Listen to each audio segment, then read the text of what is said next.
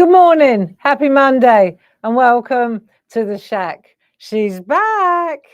Come on in. My name's Barbara Gray from Clarity, and I'm here to keep you company for at least an hour. And I was going to tell you all about where I've been for the last week in the woods. So come on in and let's see if we've got any friends. I know that our friend Paul Church is in the room with yourself. So if you have any questions, then I'm sure he'll be happy to answer them. And I am going to tell you all about what Dave and I got up to last week when we were away for a week, as if you didn't already know. So let me just see where our friends, I'm not seeing any. Just bear with me 1 second because I'm not seeing. Let me just see. Here he is, Clive. Okay, good morning. Come on in. I know that there are more friends here. I know you are there.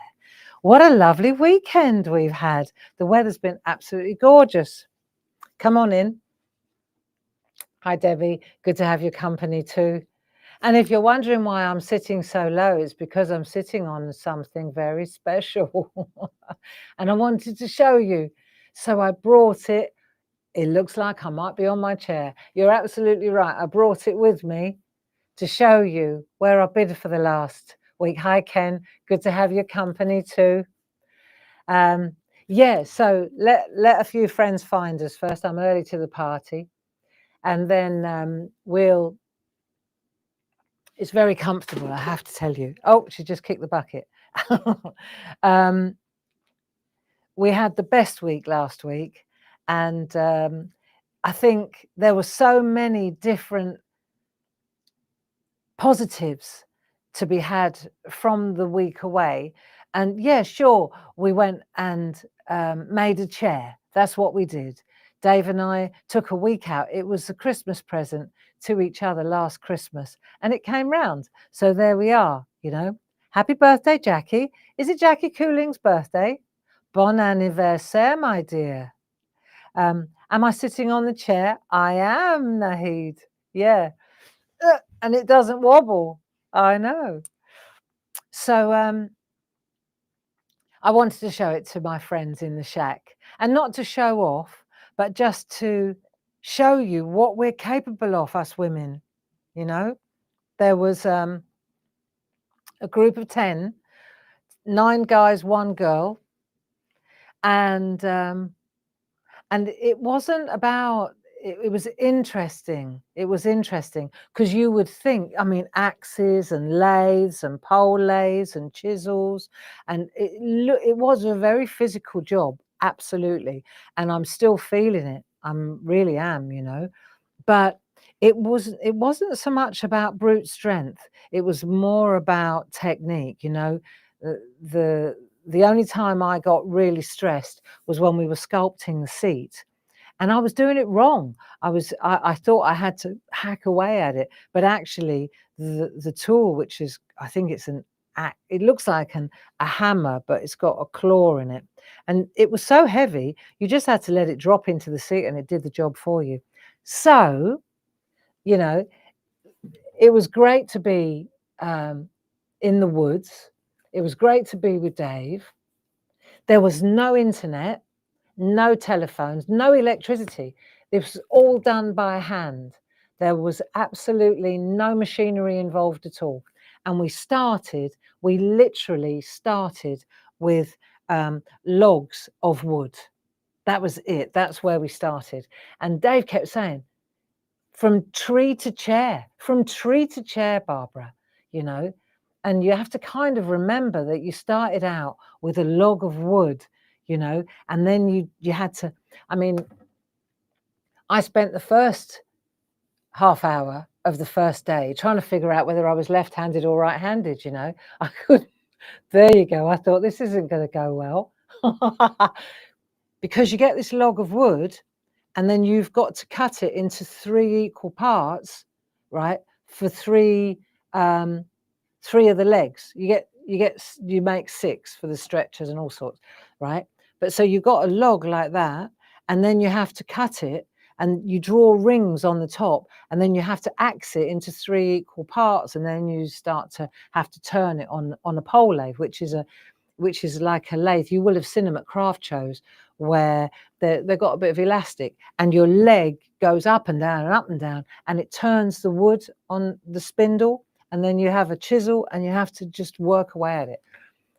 On day 1, I wasn't very good at it.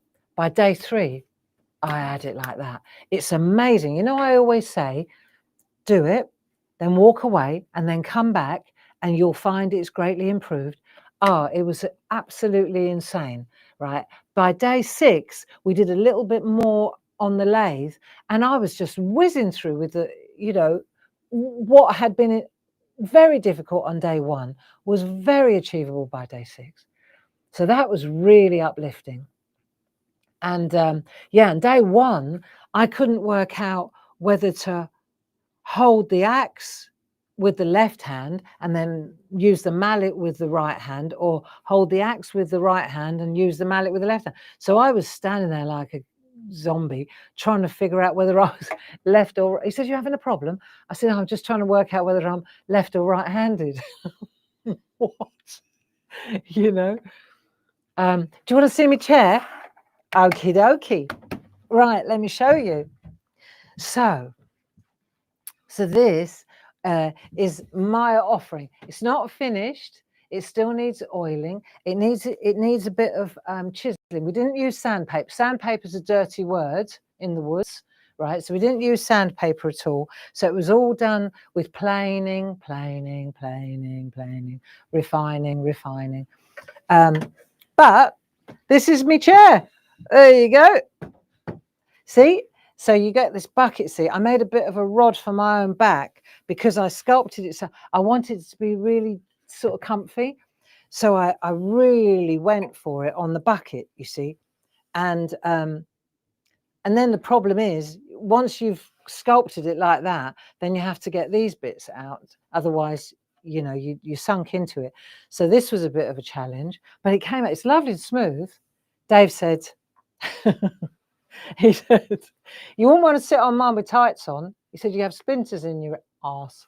I said, "It's not finished yet, Dave. Give it a chance." So, and we made 2 almost identical chairs with gaps here, which was what the course chair was. We just stuck to the course chair really, and this stretcher here is a great story about the stretcher, right? So remember I said I was kind of quite meticulous. Okay, I learned a lot about myself. Nice, huh? And I'm not showing you for a pat on the back. I'm showing you because I was so excited to just share it with you, you know. But you learn a lot about yourself on these courses, like a bit of an endurance course, you know. And you learn about how you behave in a group. So for me, right, I'm usually the teacher, aren't I? I'm the bus driver. I'm the one at the front. I'm the one with the chat. And so it was very interesting to see what I was like when I was the learner. Okay. I mean, I do other courses, but usually they're online. They're not physical courses in the woods, in the middle of nowhere with 9 other blokes, right? That's not, you know, in fact, there were more chaps than that because, of course, the teachers were. There was one other girl, lovely girl, called India, who was one of the assistants, one of the helpers. And she was very, you know, and I watched how gently she worked. And I thought, yeah, you see, it's about technique. It's not about brute force. So if you're a woman, you too can be a bodger. Did you know that a chair maker, like a beautiful chair, Windsor chair maker, is called a bodger? I know. So I left the woods after 6 days. I felt like printing myself out a certificate, and Dave, saying we are bodgers. I always thought I was a bit of a bodger. And so talking about the group dynamics, you know, what was really, does this interest you? I hope it does. It was interesting to see how I was in a group, you know, in group dynamics. I wasn't the one at the front. I wasn't the one forging ahead. I wasn't the super achiever. I wasn't the one that asked all the questions or the needy one. There's always a needy one, isn't there? No, I wasn't the needy one. There was a needy one. And he started getting on my pip after day 3. He was a lovely fella, but he did need a lot of attention.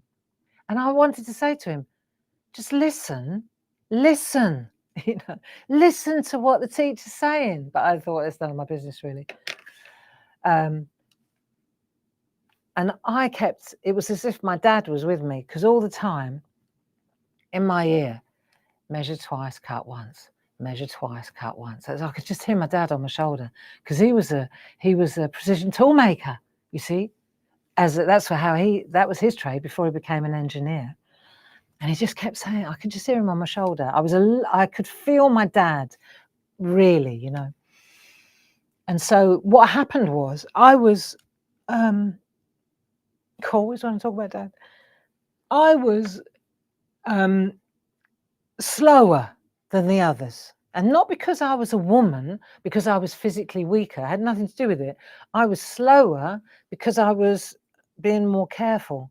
I didn't, you know, it wasn't a piece of paper. It was the stretcher. If the stretcher was too short, that was it then. Your stretcher was cooked. You couldn't use it for firewood, right? So I was very aware that we didn't have spares. You know, it wasn't like, oh, well, that didn't work, I'll get another bit of paper. It wasn't like that, you know. You had 4 legs and that was what you had. Do you know what I mean? So if you screwed a leg up, you were making a milking stool.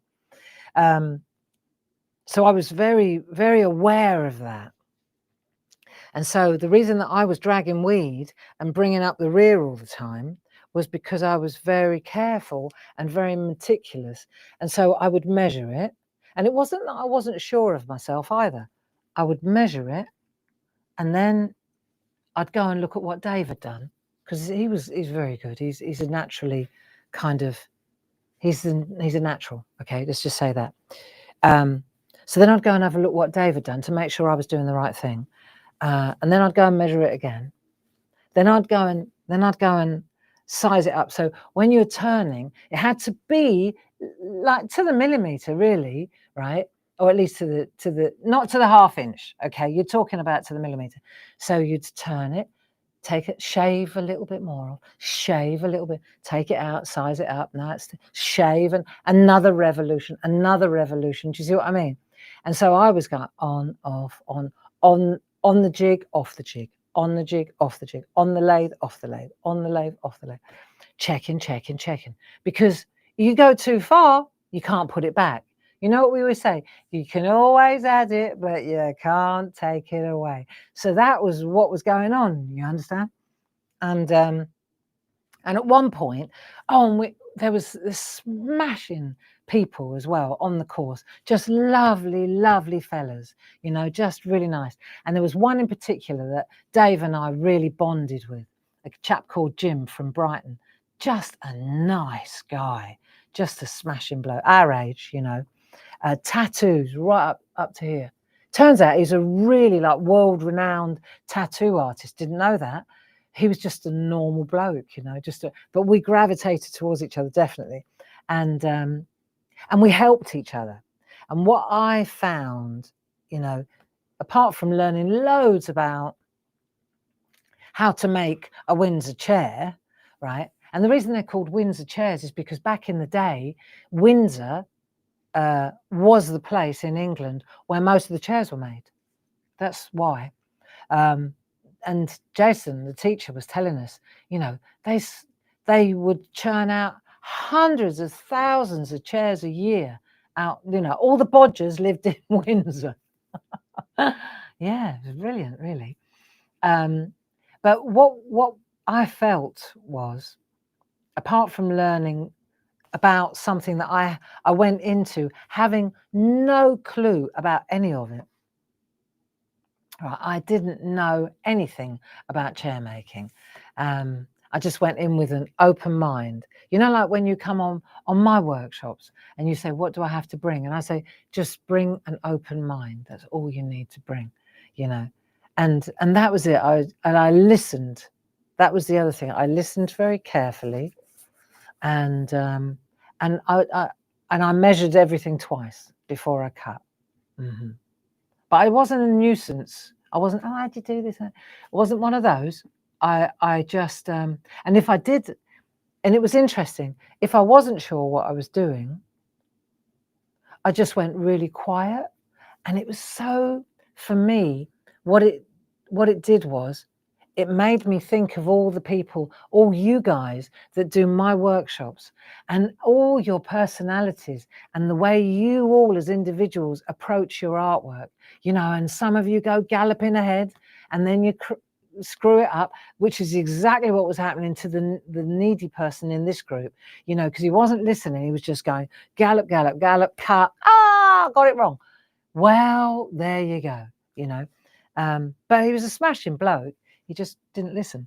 And then, and so it was really fascinating for me psychologically to consider all my tribe, my friends, you people, and how, you know, I know each of you, like Ken, I know how he's a little bit like me, measure twice, cut once. He's another one and that's why he's always a bit slower than others, not because he's slow, but because he's cautious like I was, you know. And that's why Ken's work's always brilliant. It's just he watches and so it was really, it was really interesting, the dynamics. And then the group dynamics.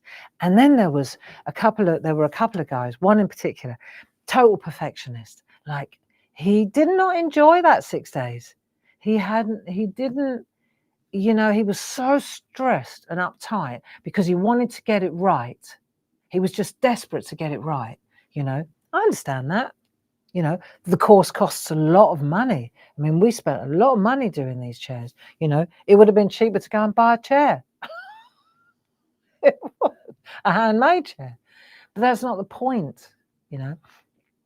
But I watched this fella as well, you know, observational skills, and I was watching this chap, and he was so stressed because he wanted so badly to be perfect, and that's a lot of pressure.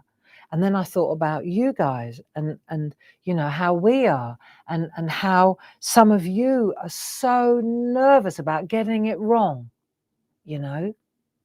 And Dave and I, maybe on the first day I was a bit nervous because I realised I've only got 4 sticks to make these legs out of. Well, no, I had one log, and you know, you can't go back, it takes too long. So maybe but once I realised that, you know, that I always say, oh, it's the journey, not the destination. Yeah. Well, once I came to terms with that, the word was acceptance, right? Just trust the process, listen. It was brilliant because it's what I'm always saying to you when you come to my workshops. And I was having to teach myself to do that, to trust the process, listen, measure twice, cut once, right? Focus. And don't take myself so seriously. That was the point. Dave and I had so much fun. We laughed, and we were kind of, because I'm lefty, I was at the end, you see, because the pole lathe has to be set up differently for a left-handed person. So bye Ken.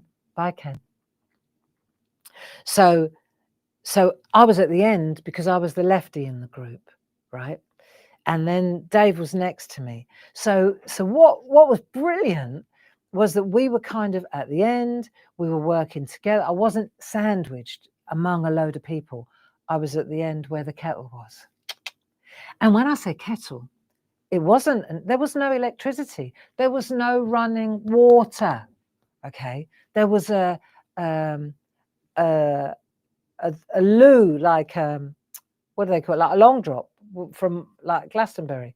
Yeah, there was a loo, not even a porter cabin, dug out, but it was nice. It was one of my favourite spots because it was like a little cabin and it was right in the trees. It was very private, and because they were all blokes, they used the woods. So I had my own little toilet, and you're right, and you could see all the trees. It was a really nice, peaceful spot. So I was where the kettle well, where the open fire was, right? So Jason, the teacher, he would just keep, the kettle was this great big black wrought iron kettle, and the tea was going and the coffee was going. And how he did it, I don't know. But every lunchtime, he rustled up an excellent vegetarian, he's a veggie, vegetarian meal for us. It was superb food, you know, really quite something.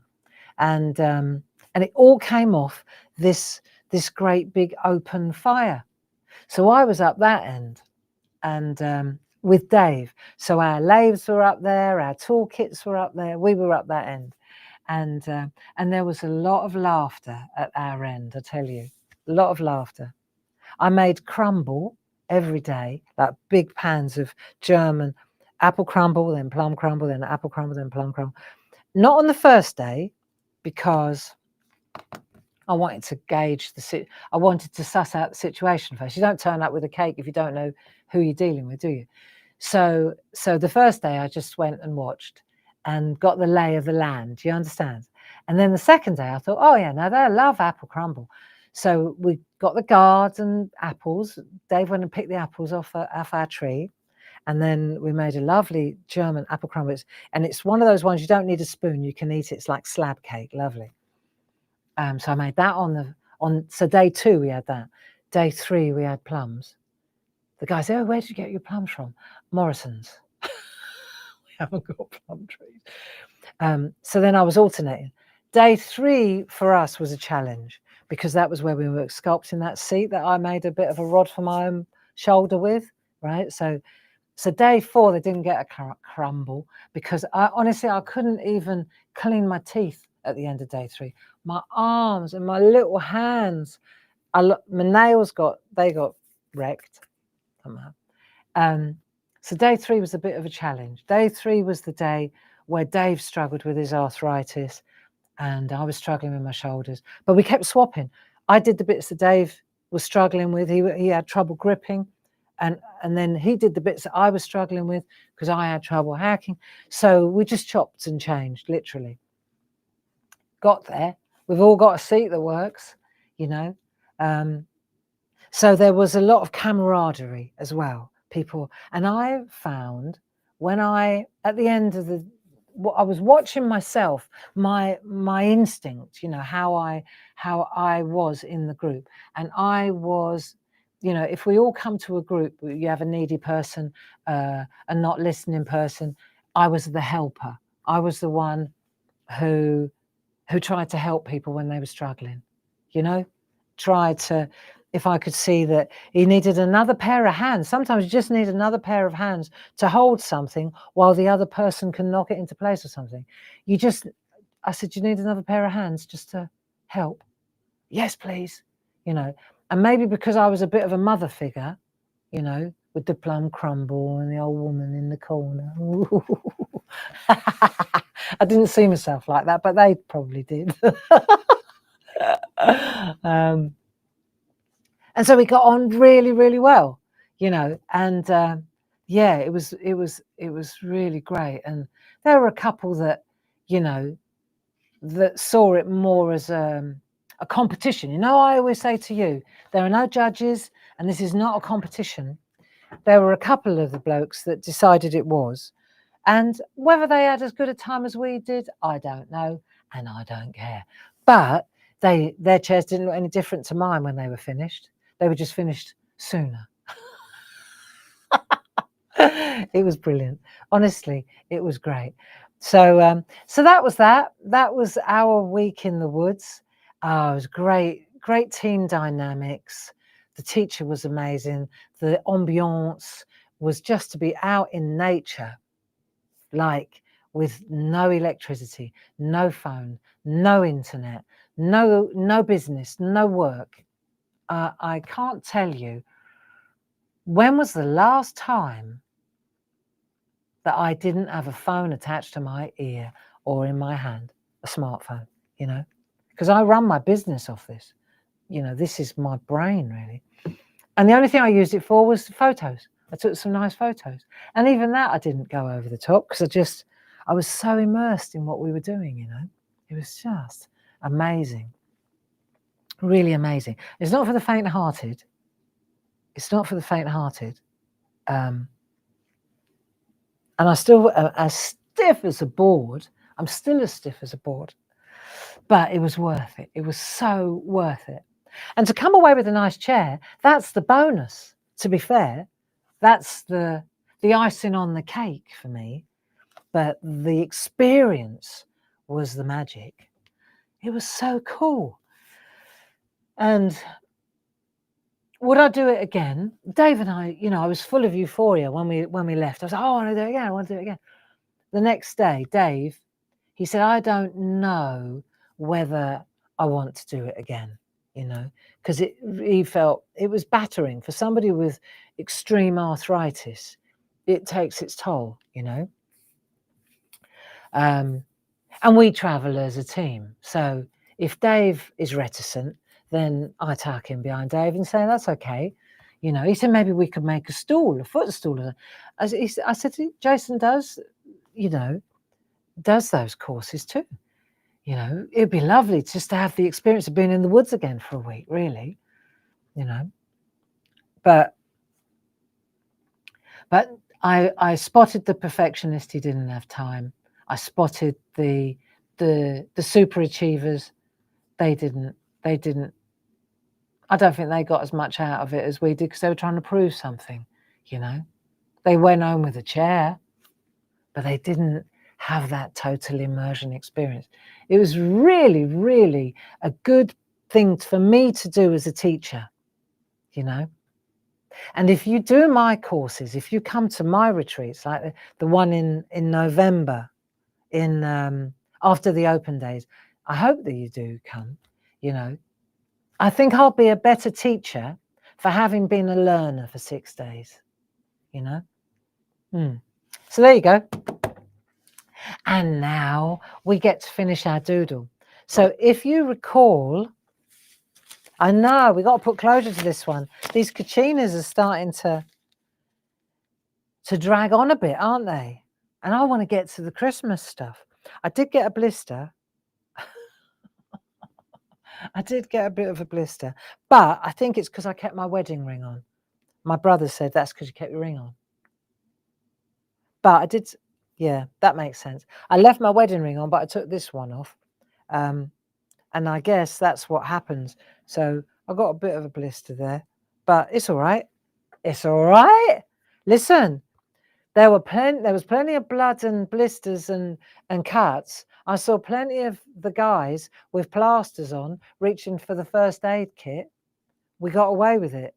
That was another reason you're working with razor sharp tools. You only have to take your mind off it for a split second. I have my favorite tools. I really like the draw knife.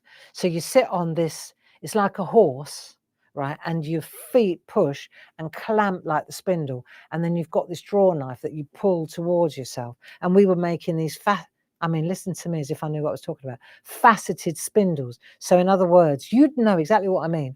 So you've got a round, right? And then you make 4 squares. So the end is now, you're only doing half of it. So you're pulling the knife towards yourself. And now you've got a square, right? Then what you do is you turn it 45 degrees and you go again 4 times. Now you've got an octagon. Then you reintroduce the square, then you reintroduce the octagon, and you keep going until you've got loads and loads and loads. So it's faceted, you see? And it's got thinner and thinner and thinner as you've done it. Then you turn it around and do the same thing from the other end. That's how you do the spindles, these bits. If you look really closely, you'll see they've got little tiny, they're not round because they're not done by machine, you see.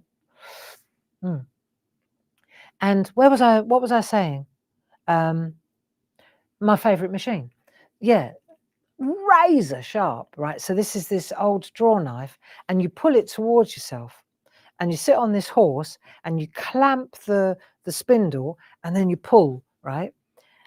And that was where a couple of people caught themselves on, because you're holding 2 wooden handles, you don't realize that little knife underneath is really sharp. It must be to be able to just, this is ash, by the way. I made mine out of ash.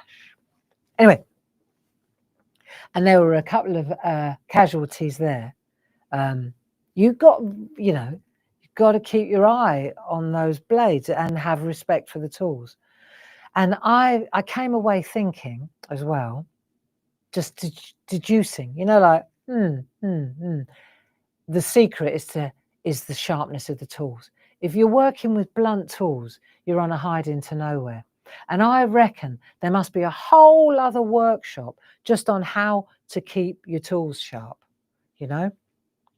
Yeah, so that was fascinating, friends. It was just, that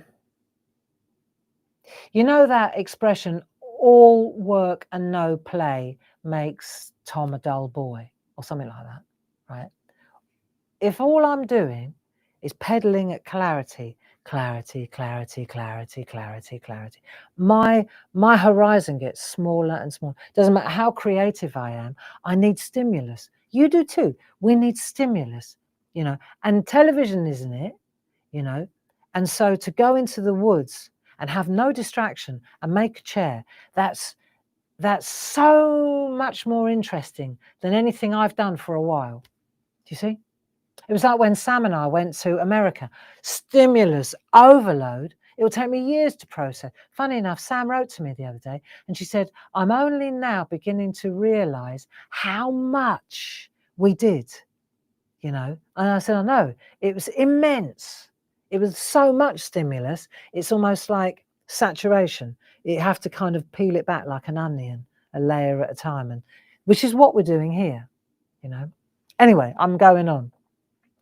Let's take a look at, let's take a look at the Kachinas, my Hopi Indian Kachinas. So if you remember, we drew a few of these, didn't we?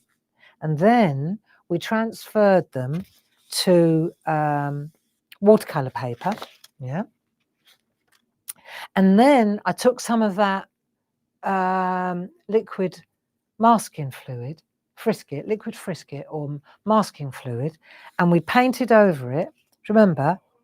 And then when it's dry, we painted with our watercolor paints to make a really nice, let me see if I can show you.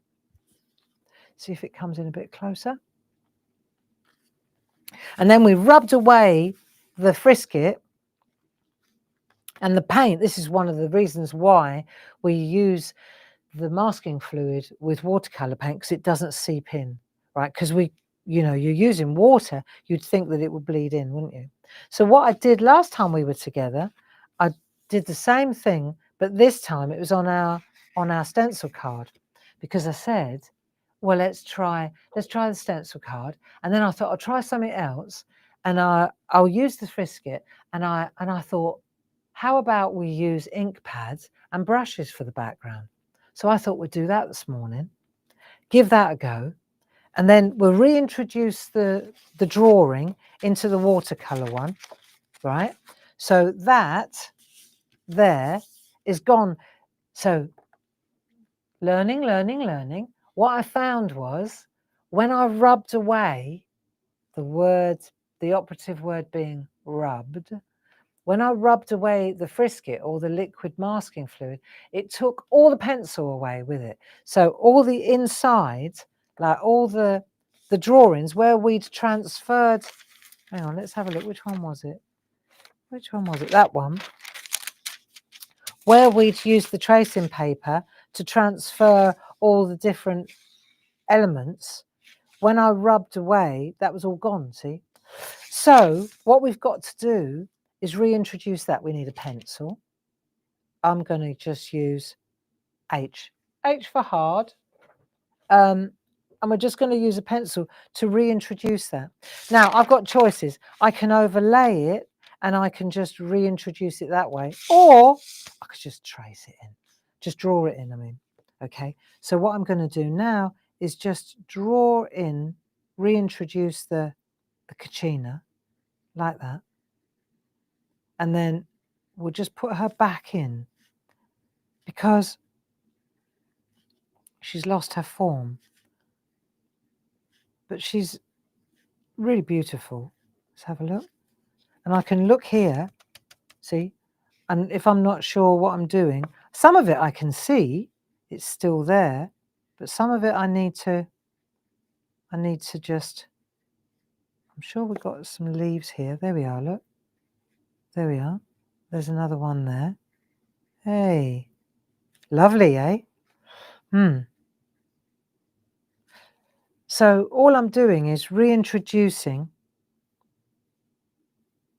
the line art. There we are. And it's great because the watercolor gives you your exact outline, see? So we've got a little bird there. Bird, tail. There we are, legs.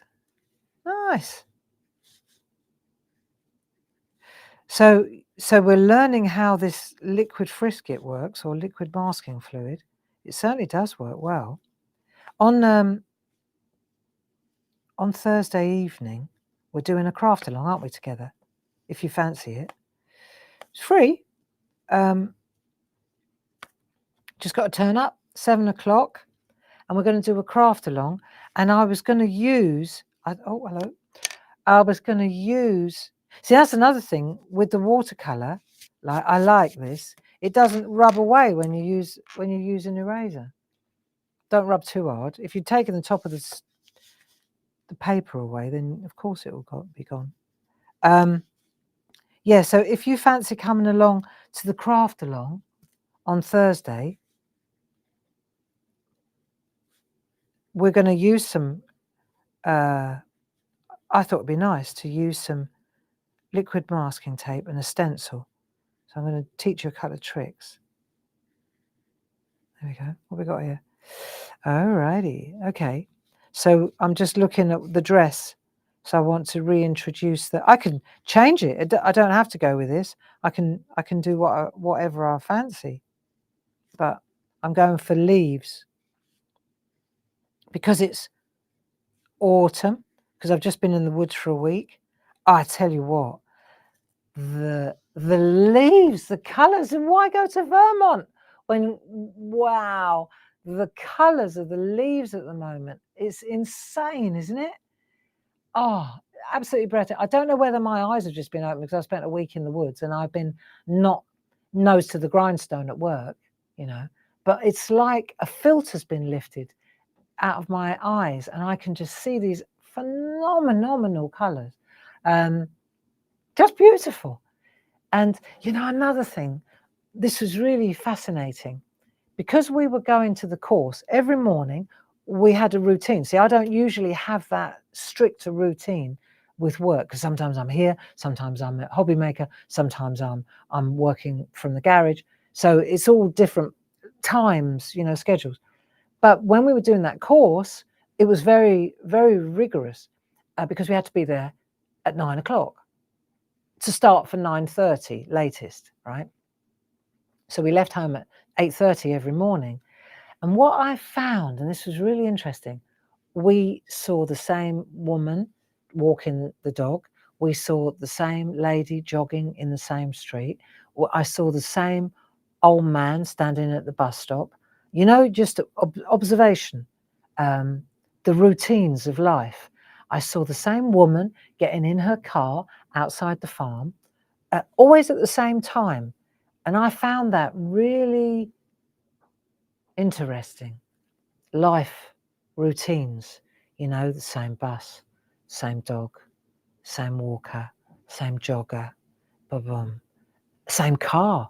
There was a really posh German Tesla, big Porsche, big car, not a Tesla, a Porsche, but it was electric. Couldn't miss it. It was like a tank. We saw it 3 times.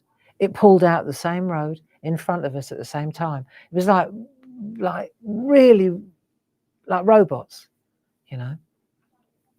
That was quite interesting because I don't usually see any of that. I'm usually nose to the grindstone. I'm not looking. I'm on my phone, checking what the bank's doing, checking if we're okay, checking, right? And for a week, I just parked it. Just thought, it will survive a week without me. And it has. It's flourishing. There you go, abundance. You see? And so, yeah, that habit thing, you know, because we got there at 9 o'clock every morning. We weren't the first. We weren't the first, but we were not the last either. And then, and it went until 5:30. We got home at 6 o'clock every evening. That's how long we worked, you know. No wonder my shoulder hurts. So, skirt, here we go. So there's a little ridge there. So I think that I'm going to go, there's a ridge there. So I'm going to use the ridges. That's how good this, it's going a bit closer so you can see it. That's how good this liquid masking tape is. It literally shows you every single, look, see? Every single little mark, exactly as we drew it, exactly as we painted it, is exactly as it comes. That's pretty cool, isn't it? So I'm just reintroducing now. See, we can put these ones, we didn't cover them up because they're going to be, that's going to be inked. Skirt, that's done. Little mouth. Should we do a little cheeky smile? There we go. And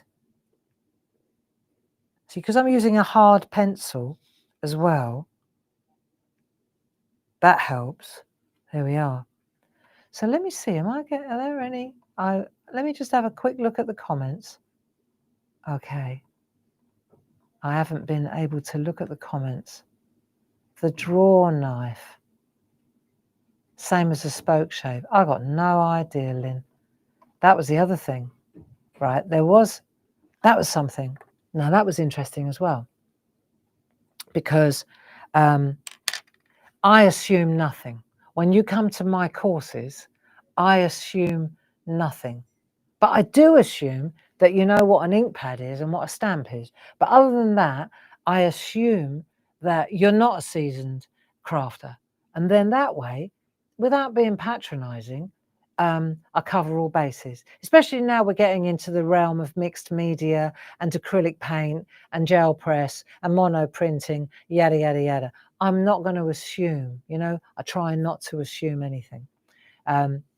But when you go on a woodworking course to make a chair with a bunch of blokes, there's a basic assumption that you know what a draw knife is, and you know what a is, and what a linisher is, and what a this is and that is.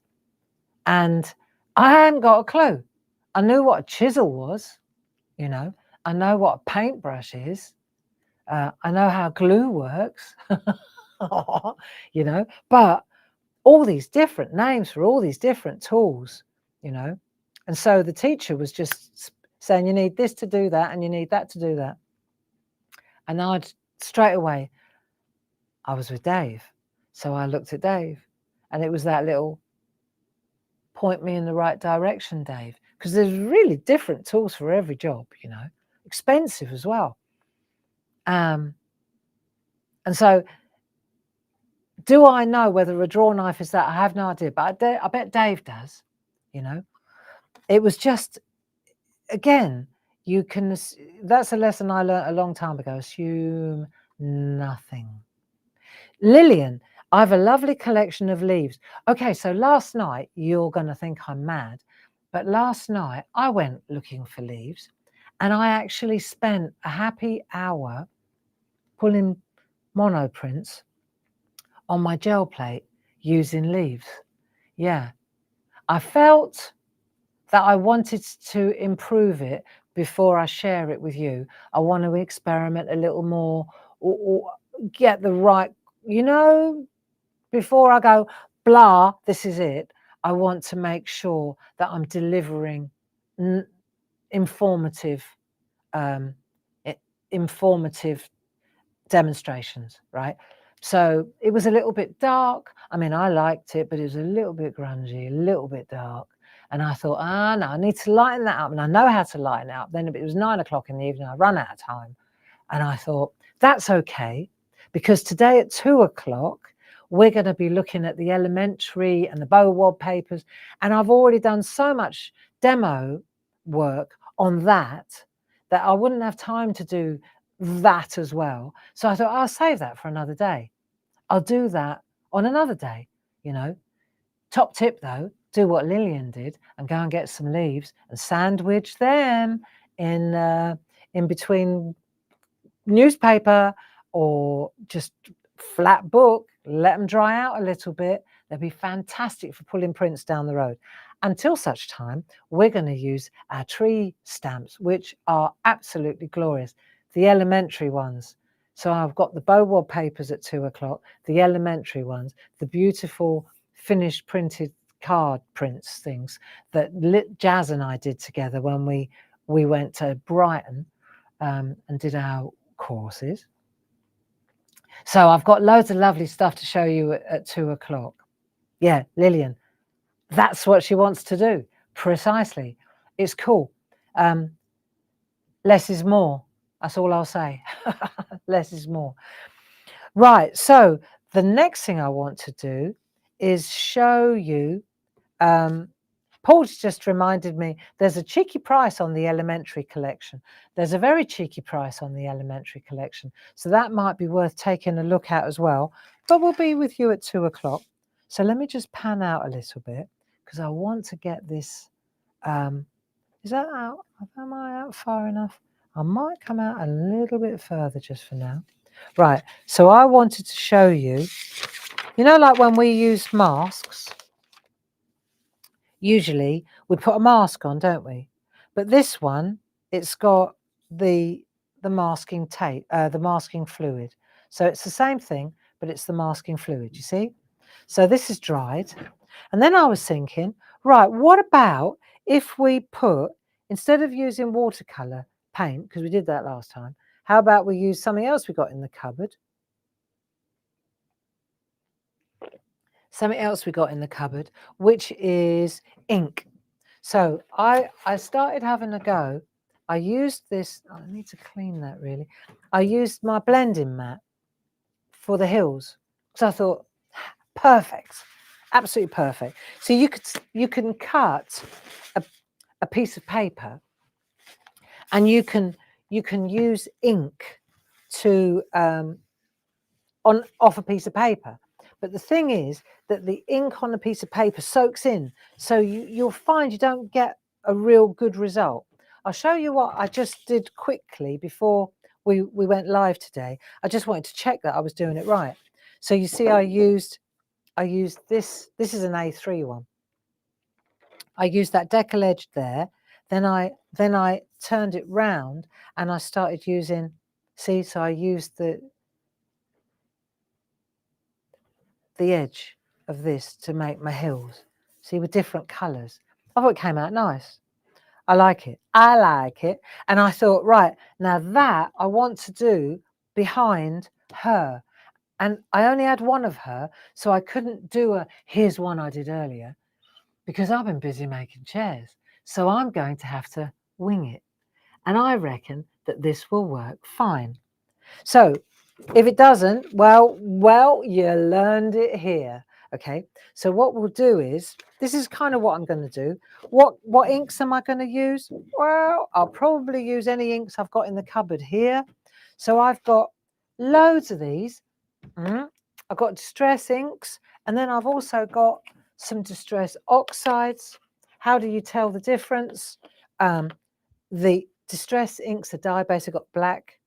The distress oxides are chalky, they've got the grey around the outside. Right, so these are chalky, these are not, these are watery. So, but they're both water soluble, they're not permanent ink pads. So just bear with me a second. Oh, I don't want to lean on there. Right, hang on a minute, let me just move this over this way. Oh, that might be a good one. Different colourways. I just want to get my lovely artwork out of the way so I don't coat that in ink. Right, so that way I've got my ink pads here. I didn't realise until I did this course. I know I'm systematic. I'm definitely a systems girl, right? I know that. But I didn't realise how rigorously regimented, like it has to be, you know.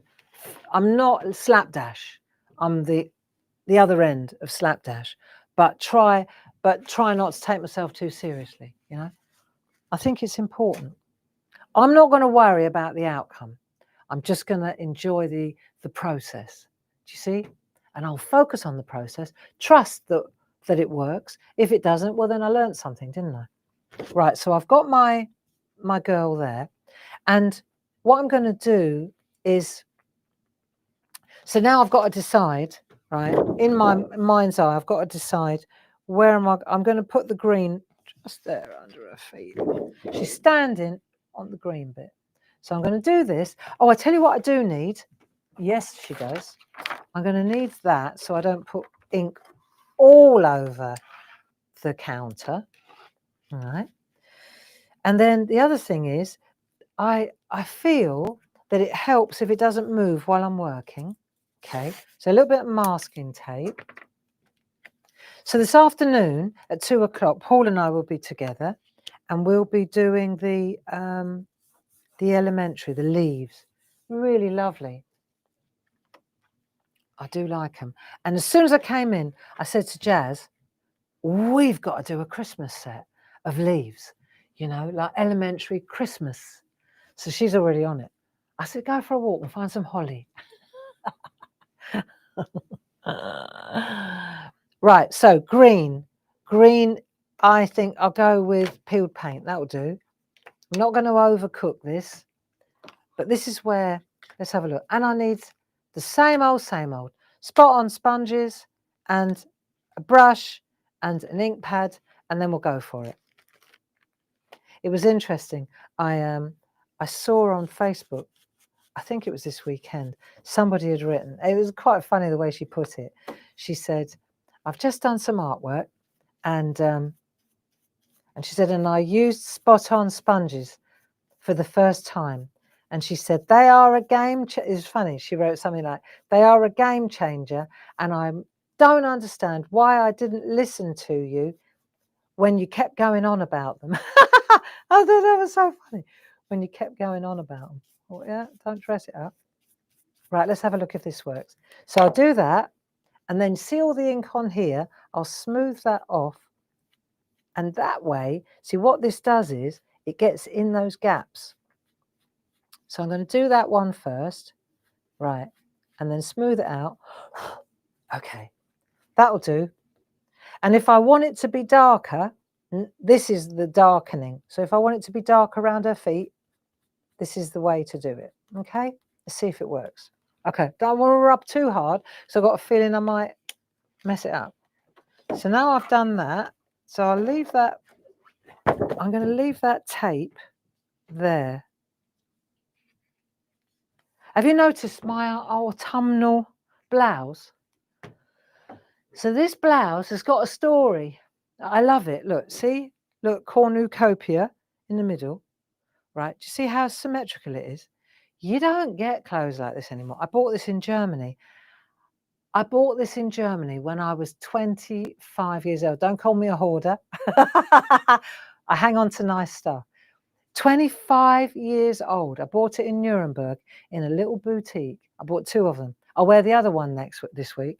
This one's the light one. I've got a darker one. But what fascinates me as a closet fashion designer was that this side matches that side. Look, see? I'll show you on the back. I think it does too. You see? I know. Yeah. So when you button it up, the 2 halves, that takes some doing as a seamstress. And all the sleeves, everything matches. Look, the sleeves are symmetrical. This blouse is over 40 years old. I know, and it still fits me, which is a bit of a result. I noticed I lost a button though. I have to repair that. Yeah, and I did tell Dave, in the 80s when I used to wear it in Deutschland, it had the old power shoulders. You know, the old, do you remember in the 80s we used to wear the big shoulders? So I took them out because I felt like that wasn't quite cash enough for me, right? but it didn't look good. But there you go. So that is a 45-year-old blouse. If that's not vintage, I don't know what is. I know, it's older than Grace. It's funny, isn't it? But I never wanted to throw it away because the design, why would you? Why would you throw it away? The design is immaculate, you know? And for autumn, I thought, oh, that would be perfect. Right, so I'm just cleaning that off. Now I'm going to turn it round. And then I'm gonna go to this one. And again, see, that holds it in place. So then I'm going to decide where I want to go with my, whether I want to go there or there. See, I can turn it round. I've got choices. I think that's quite cool, like that. Sandwich that. That's holding it in place now. And now, if I go over the green with a different colour, I'm not fussed. I'm not worried about that. I'm going to go with it. I've forgotten brushes from home, so I'm using the ones at the office. Let's have a look here. Right, so colour, colour, colour. I'm going to go with tea dye. That will do. And then I might add a little bit of orange, only because tea dye is quite brown, isn't it? Okay, that'll do. See, so you load it here. It's like using masks. Right, here we go. So on Thursday night, there's a download for what you're going to need for the craft along. Let's have a look what we got here. Don't want to make it too bright. Orange. Tea light. Right, let's have a look. So I want to just go through there so it's not... I reckon this will look great. There you are. So let's see. And then we'll take the spot on sponge and then we'll just get in that edge there. I can't wait to clean. I hope it works. Well, do you know what? This is it. I hope it works, right? If it doesn't, then I learned something, right? I made a mistake and I learned something. That's a positive. That's not a fail, you know. And I think that that's where we as makers, once you can get over that whole, oh, I messed it up. I'm a failure. No, you're not. You just learned something, right? You just learned something, friend. You didn't mess anything up. Your inquiring mind. In fact, I'm going to turn that around. My inquiring mind says that wants to be. No, that doesn't look right. You really, you got to stop worrying about. That's it. I think I'm going to go there like that. Like that. That'll be great. Right. Holds it down. This time I think I'll go with a contrasting colour.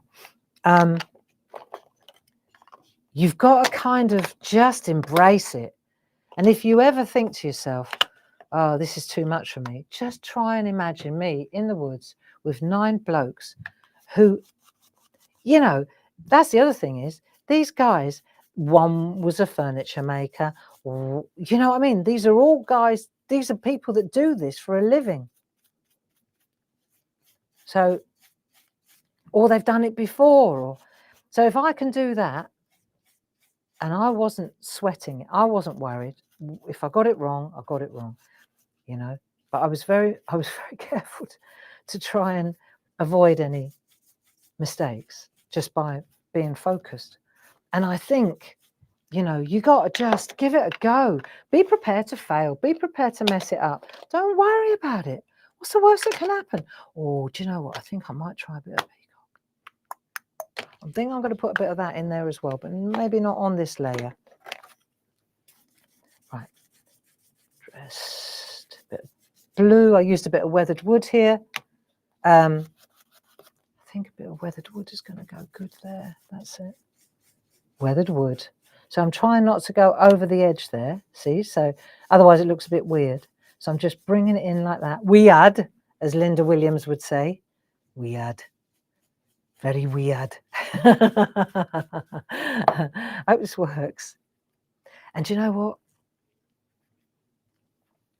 Then I've got to just put the See how it comes off though? Look how it smears off. So if it smears off, it means it's got to work. But I'm excited to try it. There you go. So we'll take that one off there. Looking good? So, should we turn it around and have a look? Love, love, love. Right, I think we need a couple of more hills. Right, I'm going for that one now. Again, stick it down. See, and it holds it, which makes it easy. Now, what colour am I going to go for? I'm thinking I need another green. I wonder whether, do you think, I wonder whether a little bit of peacock oxide, see what that green looks like. I've mixed it up with a blue. All right, give it a go. Give it a go. Maybe not the right colour, but that's all right. We'll give it a go. This is how you learn. So Paul has I think he has a download. I've got a list here of what you need for Thursday. And then on Saturday as well, all day, I'm doing an online course with Alcohol Ink and gel press, mixed media. It's really cool. I think you really enjoy it. If you haven't signed up for it and you fancy spending a day with me on Saturday, it's an online course, costs a few bob, but it's all day. I think it's about 60 quid, but it's all day, and we get together online from 9 to 12, and then we've still got plenty of time to send you the map, the booklet, and you will let you know what you need. We'll rush it through for you so you can join us. We go from 9 to 12, then we have a little lunch break, and then we come back and we carry on in the afternoon. So it'd be a really lovely way to spend a day with you, with your good selves. So that's Saturday. Thursday evening, we're going to get together for a free craft along. That'll be nice. Let me try a bit of blue in there. I think it's a bit of a funny colour, this. So I messed it up, but I can always tone it down. That'd be nice. See if that worked. Let's have a look. Take that off there. Oh no, actually that's rather lovely. And then I think what I'm going to do is I'm going to do one more. I'm going to do a blue. I think I want to do a blue like there to balance. But that I'm not going to use that one. I think I'll use. What have I got here? What about? Let's try a bit of pink. I know you must think she's lost it. Actually, lilac. There you go. Let's try this one. Shaded lilac. See what that gives us. Try that one over the top, and then we'll do a little bit of a red sunburst. That'll do. So this is nice. So it's a light colour, isn't it? See, and if you use the brushes, you can go really tight on this. I know I've overcooked it. I know it's past 11 o'clock, and I know I've got to get ready for 2 o'clock, but that's okay. Project completion. I really do want to see what it looks like when we rub out the. So I don't want to do this again next Monday. I want to get on the road. We need to keep going. There you go. I think that'll do. Righty ho. See, I like that because it kind of balances that one out. And then if we wanted to, see, whatever you do, you've got to do it now before you finish. You can't, see, if you want to do a bit of red. So if we cover this up, let's see if we cover this up a bit. What can I do? That's covering up enough, like that. So now I need to cover that up a bit. Let me just pop that there like that. Just hold it in place while I'm working, like so. And I just want to put a bit of red there, like that. Just a bit of red, because I think that will look nice. There's a bit of a, look, I've already tried it. It's not rocket science. Right there, that'll be nice. Let's do this one. And I'm just going to put a little bit of red through there. Now, what red did I use? I think I used something like barn door. Just stay there a minute. That'll do. Barn door. So I'm holding it so it doesn't slide. Right. So I just thought it'd be nice to see how far down I'm working. Right, be nice to see how this looks. Let me just check. Bring it down a bit. That's it, otherwise it's got a weird white mark. That's all right, I can sort that out with a sponge. Let's put a bit of red behind her as well. Hey? I think we want to put a bit of red behind her. So move the mask along. I reckon this will go well. So that we see a contrast when we take her away. Otherwise, we don't see a contrast, do we? Yeah, see? And that's the thing. It's funny when you know what it's like when you get in your art room and you start to concentrate and you just, I don't know about you, but I get in the zone and I'm in my absolute element. And I say to Dave, oh, just be about 10 minutes. And he knows that I'm going to be at least 4 or 5 hours. There. You just got to find your passion, haven't you? You've got to find the artwork that does it for you. Hey? Right. So I've done, to the best of my ability, I've done a nice background using just our big blending mat, which is a cracking piece of kit. Right, now let's see if this works, okay? And if it doesn't, we learn something that it doesn't work on stencil card. Can't see why it wouldn't, but let's see. I need a clean finger. Get in there, and let's see if I rub this away. Now, let's see if I just get going. This is the best bit. Oh yeah, look, it works like a charm. Ink's dry. Come on in. Oh, hang on. Let's come in a bit closer. Sorry about that. Let's see if we come in a bit closer so you can see what I'm actually doing. Right. See, so I'm using my finger and I'm just rubbing really gently, just round the edge. See? Look.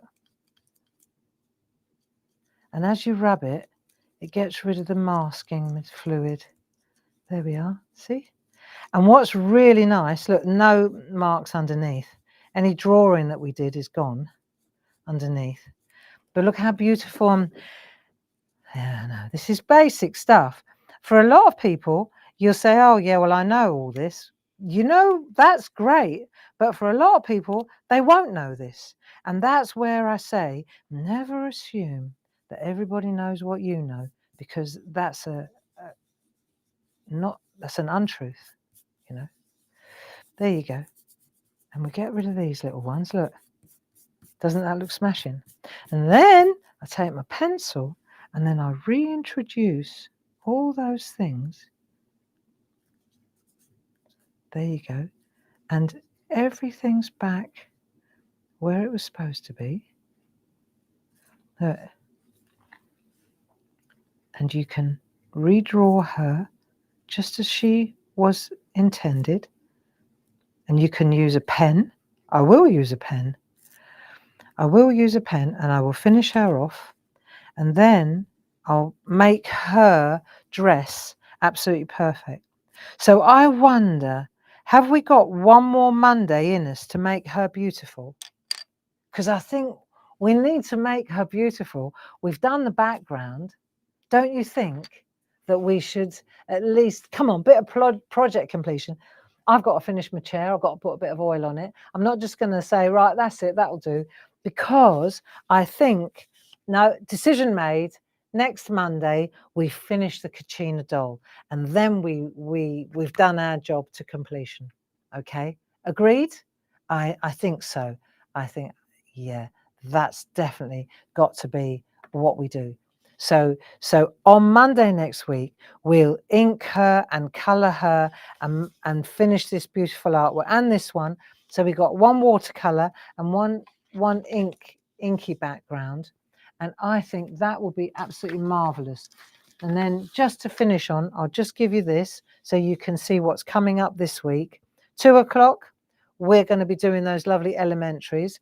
Tomorrow, Tuesday, 10 o'clock and 2 o'clock.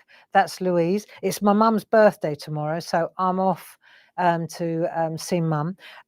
Thursday, let me see, 7 o'clock, calendar craft along with Barbara. And that's the download to tell you everything that you need. Crikey, really? I better get my act together then. Okay, so is that right? That seems like a lot. Oh, yeah, okay. Yeah, okay. Paul will give you the link for that.